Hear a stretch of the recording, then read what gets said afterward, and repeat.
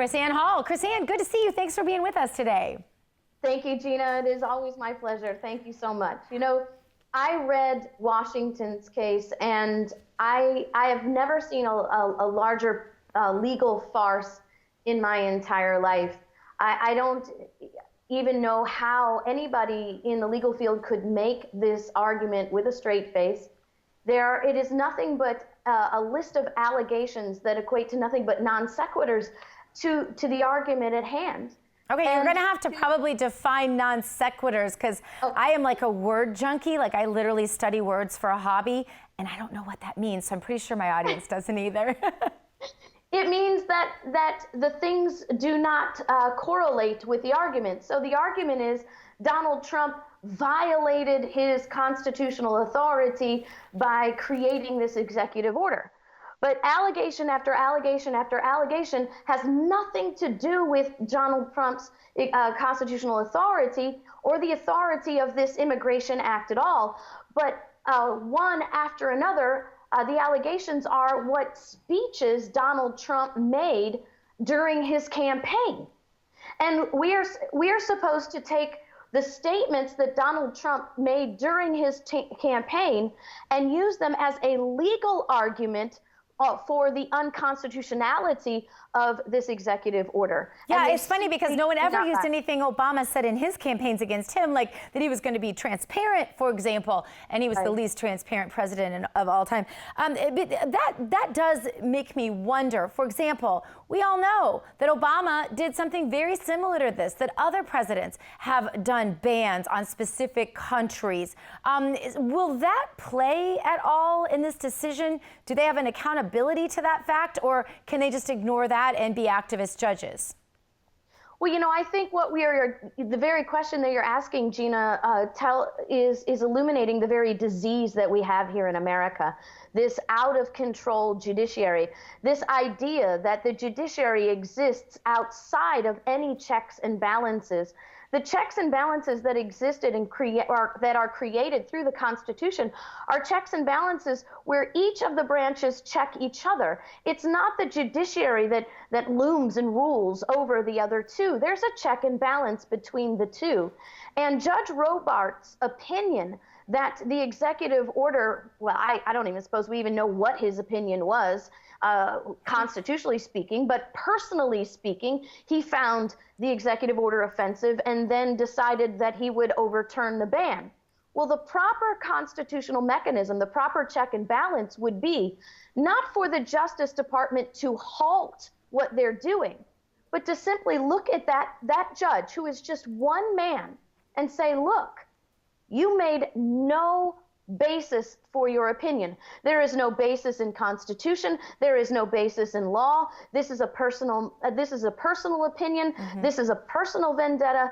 And so guess what? Your opinion has no relevance to our obligation under Article 2, Section 3 to faithfully execute the laws of the United States. And since our job is to faithfully execute, that's exactly what we're going to do in spite of your opinion. Right, because my understanding is, and I'm certainly not a lawyer, but my understanding is that, first of all, the president has huge executive authority over anything regarding our border or our sovereignty, because there are obviously things that as president he would know that no one else in the world would know, and there are times where he may need to, for some reason, order that no one goes within 30 miles of a border and may not need to say why, right? He has literally that authority. If I in my amateur reading of all of this, am adding it up correctly. But secondly, if there is any standing of a state, my understanding, and just correct me if I'm wrong and clarify if I've been unclear, but my understanding of a state having any case against the president's executive order like this would only be if the state itself could demonstrate that it had been hurt by that order. Obviously, there's no history of this, so there's no way for the state to even have a case yet, if I read it correctly. Well, let's address the premise number one, that the president has this great latitude. That is the legal case. However, that is not the constitutional case. The president is very limited in his authority. The extent of his authority over immigration exists in his in his authority, his obligation to faithfully execute the laws of Congress. It is actually Congress that has the latitude for the protection of the borders and that sort of thing.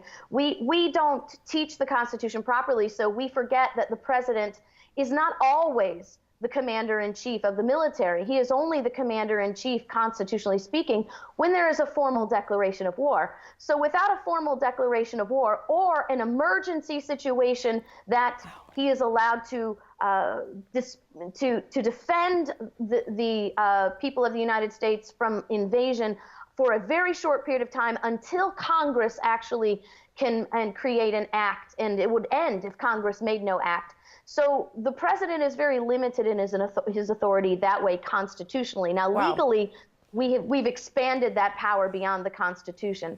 Now, the second issue is the state challenging the immigration laws, because that's what we have here.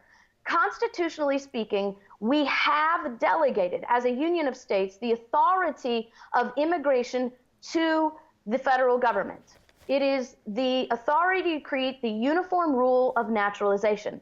And for one state to object to the uniform rule of naturalization created by the federal government, their options are to leave the union, say, I'm not going to be a part of this contract anymore because I don't like how this contract is being executed, or make a move to amend the constitutional authority delegated to Congress to make the uniform rule of naturalization. Wow. So when we properly delegate authority, properly delegated authority, which is the uniform rule of naturalization, to Congress, when Congress acts under properly delegated authority, the states, by agreement to the constitutional contract, have said, we will comply.